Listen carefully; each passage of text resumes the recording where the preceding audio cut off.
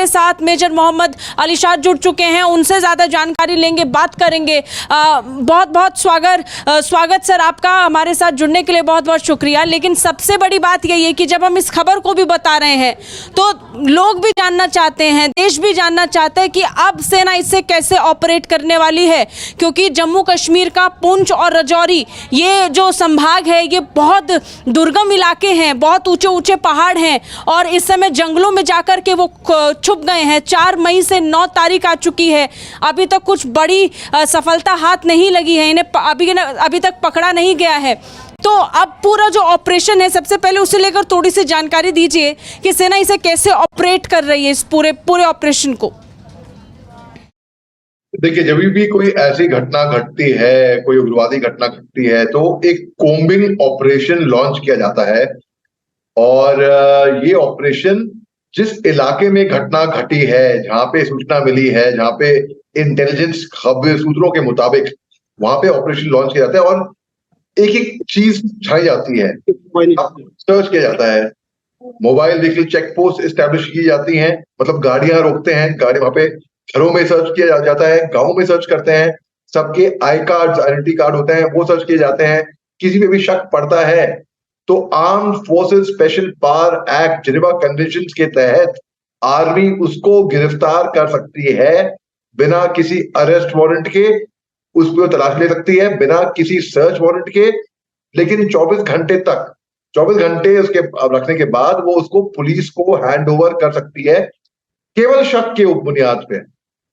तो ये ऐसा ऑपरेशन जब होता है और जब खबर मिलती है, और अक्सर खबरें मिलती हैं और अक्सर ये ऑपरेशन लॉन्च किए जाते हैं, हार्ड इंटेलिजेंस जब होती है, जब कंफर्म श्योर शॉट इंफॉर्मेशन होती है, तब तरीका ये है कि वो ही ऑपरेशन जो इतने दिन चला था और लंबा खिंचता है, क्योंकि हमें मालूम है हो सकता है कि उग्रवादी यहां कहीं बैठा हो सकता है अब तक कोई बड़ी कामयाबी हाथ नहीं लगी है, हो सकता है अभी वो मिले ना।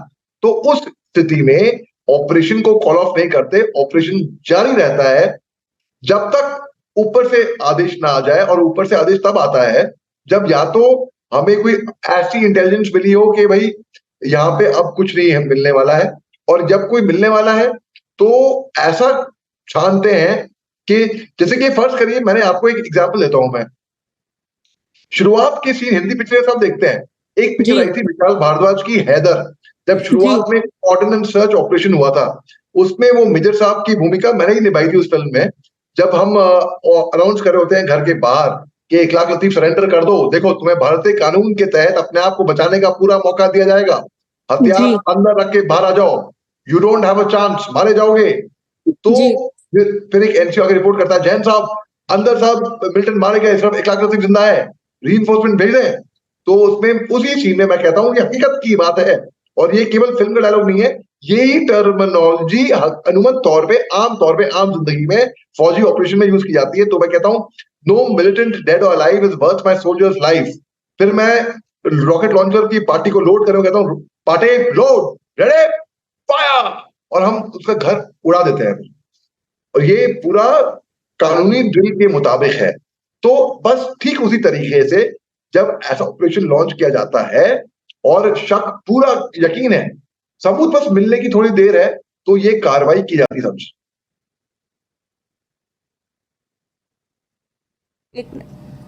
मेजर साहब, एक बहुत बड़ा सवाल ये भी है, खासतौर पर पाकिस्तान को लेकर मैं ये सवाल पूछने वाली हूँ। देखिए, लगातार पीओके में जिस तरीके से आतंकवादी मर रहे थे, उसके बाद पाकिस्तान ने बड़ा रोना रोया था कि देखिए हमारे देश के नागरिकों को रॉ मरवा रही है, रॉ ने अपने एजेंट्स भेज दिए हैं। पाकिस्तान ने आज कौन सी दही जमा कर पाकिस्तानी सरकार बैठ गई है, पाकिस्तान बैठ गई है, जब इतना बड़ा इनपुट निकल कर सामने आया कि पाकिस्तानी सेना का पूर्व कमांडर भारत की सीमा में दाखिल होकर आतंकवादी बन करके आया है।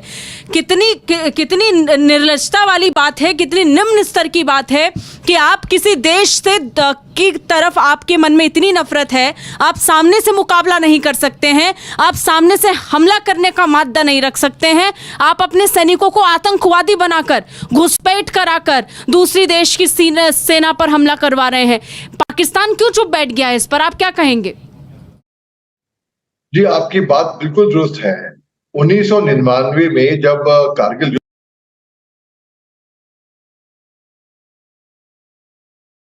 सर आपकी आवाज नहीं आ रही है।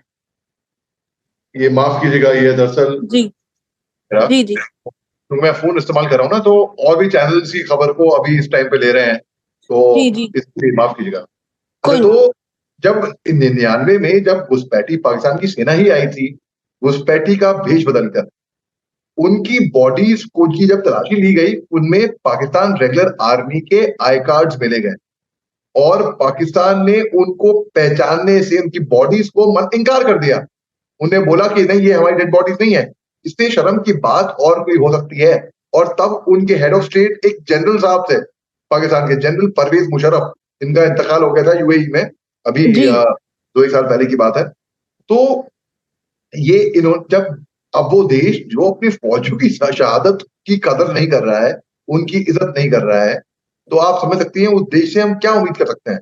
तो अभी हाल ही में पाकिस्तान की पार्लियामेंट में उन्हीं के ही मिनिस्टर ने खड़े होकर ये बयान दिया है, क्या जरूरत थी हमको मुजाहिद पैदा करने की, आज की तारीख में वही मुजाहिद हमारे पे हावी हो गए हैं, पे भारी पड़ रहे हैं, तो उनको रकम चुकानी पड़ेगी।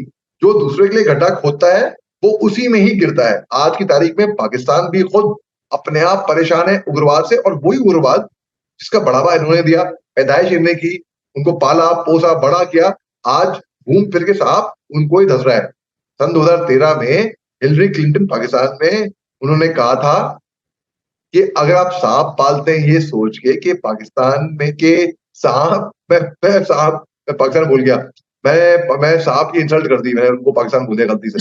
जी तो अगर आप सोच रहे हैं कि सांप आपको नहीं काटेगा, आपके पड़ोसी को काटेगा, जी नहीं, वो आपको काटेगा घूम फिर के। ये हिलरी क्लिंटन का बयान था, ये ऑन रिकॉर्ड है ये। तो बस ठीक उसी तरीके से अभी भी 3 जो तस्वीरें सामने आई हैं, ठीक है, एक तो है पाकिस्तान की रेगुलर आर्मी के एक्स कमांडर थे, पाकिस्तान आर्मी, तो साफ मालूम पड़ता है कि पाकिस्तान की आर्मी और दहशतगर्दी जो है, जो उग्रवादी आतंकवादी हैं, उनको मैं कोई अलग नहीं मानता। वो साथ में एक बैठ के बिरयानी पार्टी करते हुए भी नजर आते हैं लोग। बिल्कुल, वो लोग हम लोग कोक पियेंगे,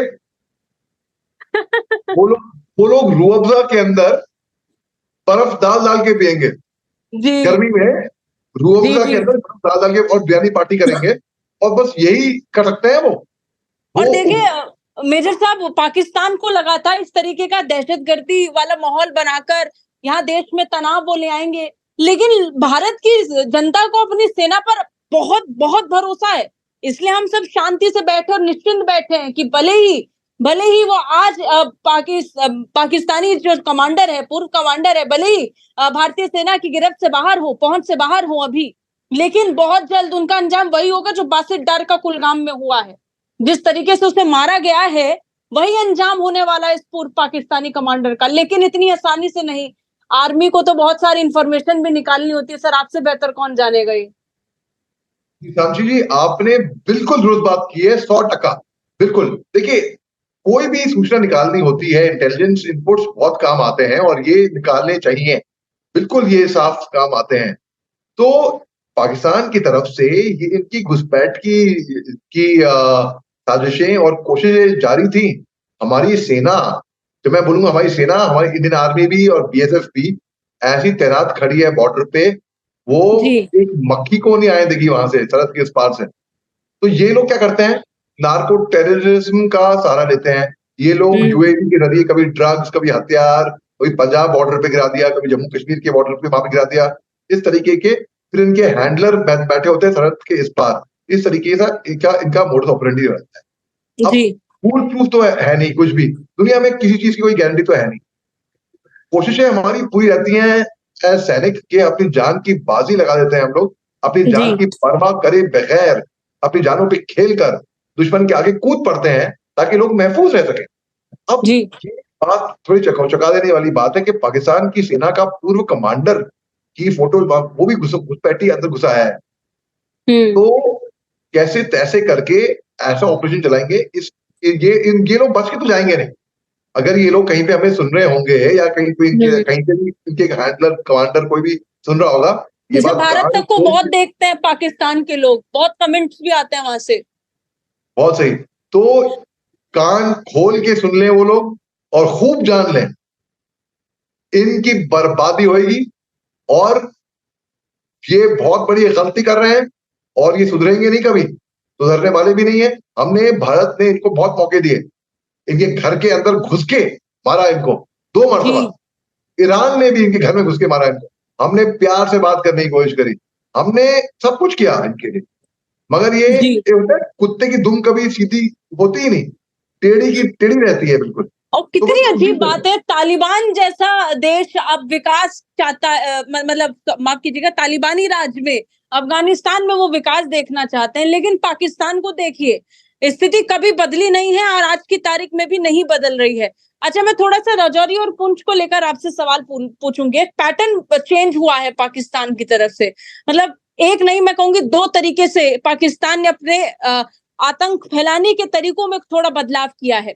पहला तो मुठभेड़ के लिहाज से मैं बात करूंगी, ये जो घुसपैठ कराकर आतंकी हमले किए जाते हैं या फिर ये जो एनकाउंटर ऑपरेशन हो रहे हैं, ये इसलिए हो रहे हैं क्योंकि आम लोगों को निशाना बनाते हैं। अब तक भारतीय सेना को, सुरक्षा बलों को पाकिस्तानी आतंकी निशाना बनाते थे, लेकिन अब टारगेट किलिंग के तहत इनको निशाना बनाया जा रहा है। एक पैटर्न तो ये हमने बदलाव के रूप में देखा, और दूसरा पैटर्न ये कि राजौरी और पुंछ, जहां से हम आमतौर पर इस तरीके की खबरें सुनते थे कि पाकिस्तान की तरफ से सीजफायर का उल्लंघन हुआ है, क्रॉस फायरिंग हो गई, सिर्फ इतनी खबरें आती थी, अब वहां से आतंकी हमलों की खबरें आ रही हैं।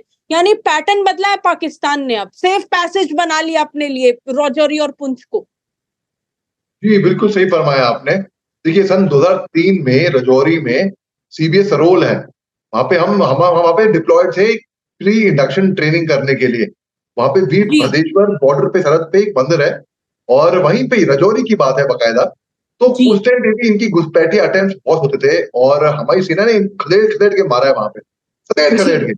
तो राजौरी और पुंछ के इलाके जो हैं, वहां से बहुत प्रोन है कि ये लोग इस तरफ आए, क्योंकि इनको उस टाइम पे लोकल सपोर्ट वहां का बहुत मिलता था। अब थोड़ा कम हो गया है, अब पता नहीं कितना लोकल सपोर्ट मिलता होगा कि नहीं मिलता होगा।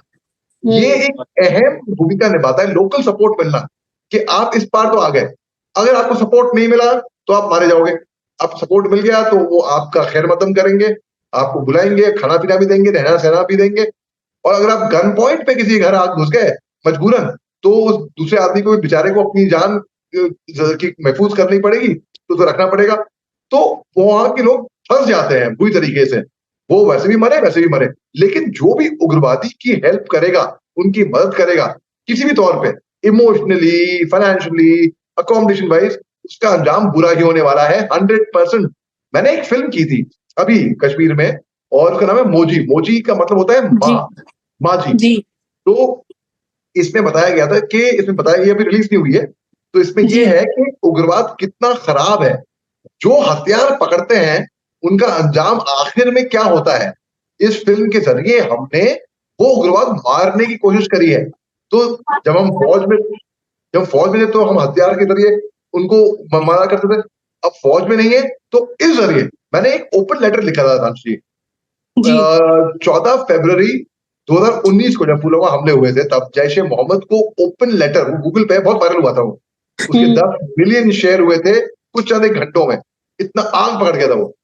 तो वो लेटर में मैंने बताया है, देखिए, इसलिए अगर साची तिवारी या सुशील तिवारी उनको लिखे जैश ए मोहम्मद को, एक कुछ फर्क, एग्जाम्पल दे रहा हूँ, मैं ऐसे नाम बता रहा हूँ, वो एक एग्जाम्पल रहेगा।